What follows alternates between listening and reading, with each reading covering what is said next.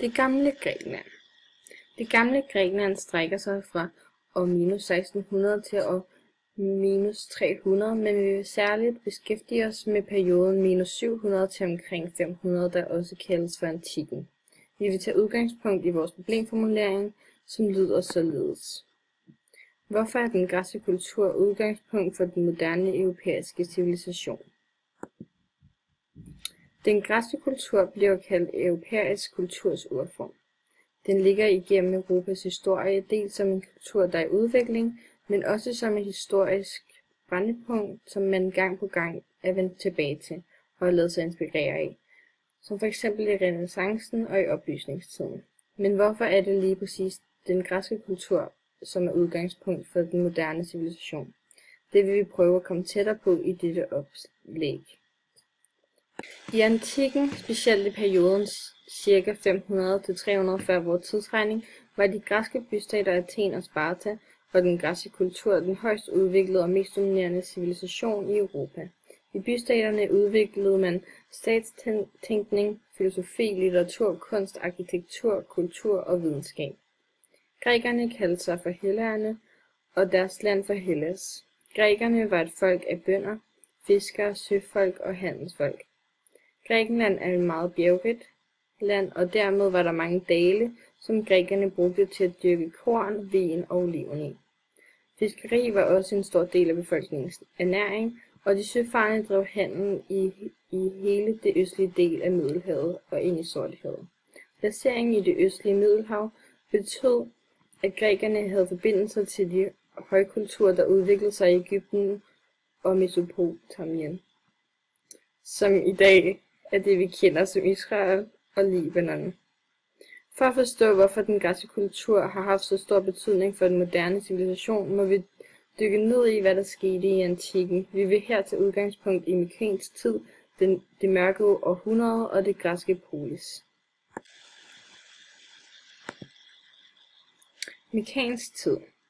Den mykenske tid strakte sig fra år minus 1600 til år minus 1200. Udgangspunktet for den græske kultur ser ud til at være de græske stammers møde med den såkaldte minoiske kultur på Kreta. Kreta var et handelsknudepunkt i det østlige Middelhav, hvor der fra ca. år 2200 var skabt en højkultur centreret omkring mægtige paladsanlæg. Fra år ca. minus 1600 kan man påvise eksistensen af et meget rigt græsk kongerige, som hed Mykene. I dette kongerige har der eksisteret en lang række græske kongedømmer, der hver især har haft centrum i et stærkt befæstet palads. Den mykenske konge var overkonge i en slags forbund mellem kongedømmer. Det, der karakteriserer den mykenske tid, er paladser og kongeriger. Dyrkningen af jorden foregik med slaver. Der var en kongelig administration, og denne sørgede for at holde regnskab på de ydelser, som kongen havde krav på. Det mørke århundrede. Det mørke århundrede strakte sig fra år minus 1200 til år minus 750. Omkring minus 1200 mødte den mykenske civilisation sin undergang. Der skete en masse ting, paladserne blev ødelagt, den veludviklede administration gik i opløsning, og der skete et fald i befolkningstallet. De stammer, der på dette tidspunkt allerede havde etableret sig i Grækenland, kaldes arkæerne og ionerne. Omkring år minus 1200 trængte en tredje stamme ned i Grækenland, som kaldes runerne. Omkring dette tidspunkt viser ny forskning, at klimaet forværredes, hvilket bevirkede forværrede levevilkår. Denne klimaforværring mener man har været årsag til øget folkevandring. Grunden til perioden kaldes for det mørke århundrede er den kulturelle og økonomiske tilbagegang, men også fordi der ikke findes nogen skriftlige kilder for denne periode. Det er heller ikke længere mykensk tid, hvor Grækenland er karakteriseret med paladser og kongeriger. I det mørke århundrede er det selvstændige bystater, der dominerer. Det græske polis. Det græske polis strækte sig fra minus 750 til år minus 300. Historikernes forklaring på, at Grækenland i omkring år minus 750 blev til en samling af bystater, var, at det efter sammenbruddet af de større kongeriger i mykensk tid var op til de enkelte lokalområder at sørge for at beskytte sig selv. En bystat blev kaldt for en polis af grækerne, og den bestod rent fysisk af en by med opland. Selve byen var omgivet af en forsvarsmur, og inden for denne mur var bebyggelsen meget tæt. Inde i byen var der et område, der blev kaldt for Akropolis. Akropolis var en slags borg, som oftest var placeret på en klippe, så den lå højt i forhold til resten af byen. I Akropolis lå der offentlige bygninger og templer, samt byens skattekammer. Der lå også en agora i byerne, som var en offentlig plads, hvor der kunne blive holdt markeder og offentlige forsamlinger. På agoraen var der opstillet stentavler, som blev brugt til at fastholde vigtige beslutninger og mindesmærker for forfædrenes bedrifter. Uden for selve byen lå der landsbyer. Dem, der ejede og dyrkede jorden, kunne bo i selve byen og dyrke jorden derfra, eller de kunne bo i landsbyerne. I omkring år minus 600 blev den økonomiske aktivitet lettet af, at grækerne begyndte at bruge mønter som betalingsmiddel. Staters storhedstid var fra år minus 500 til år minus 300, og i år minus 400-tallet var der over 600 bystater. Grækerne regnede kun frie voksne mænd som borgere, og derfor var det kun frie mænd, der kunne opnå borgerskab og fuld beskyttelse af loven i en polis. I de mindste bystater boede kun 700-800 voksne mandlige borgere, mens der i Athen, som var den største bystat, boede 45.000.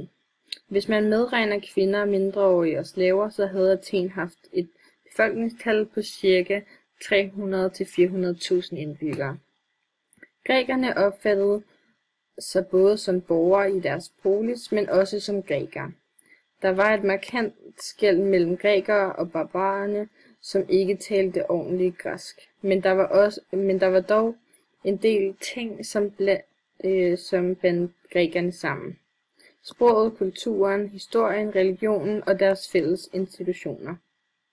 Der kunne være en voldsom konflikt indbyrdes mellem dem, og de kunne sagtens slutte sig sammen med fremmede riger imod andre grækere. Til at underbygge al denne information vil jeg vise en video, der giver overblik over emnet.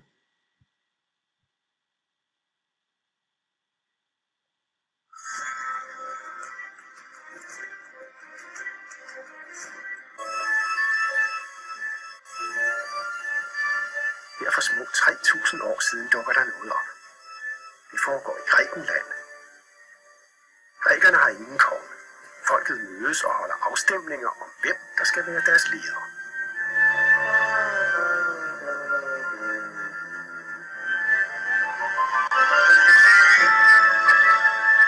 Det er demokratiet, de har opfundet. Kvinder og slaver skal dog blive hjemme. Det er kun frie mænd, der har stemmeret. Og mændene forstår at nyde livet. De hylder skønheden og skaber kunst, bygger teatre, hvor de spiller tragedier.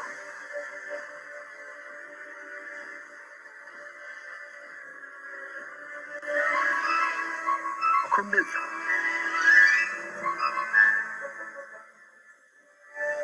Grækerne filosoferer meget over meningen med livet.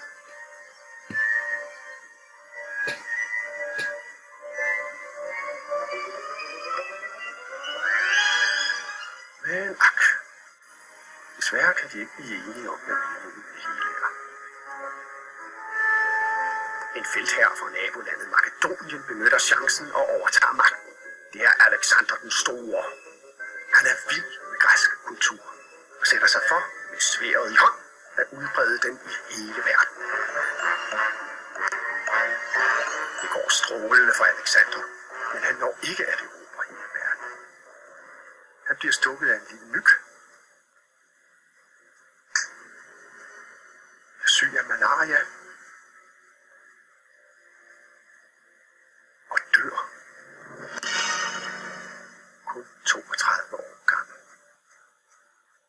den græske kultur danner moden.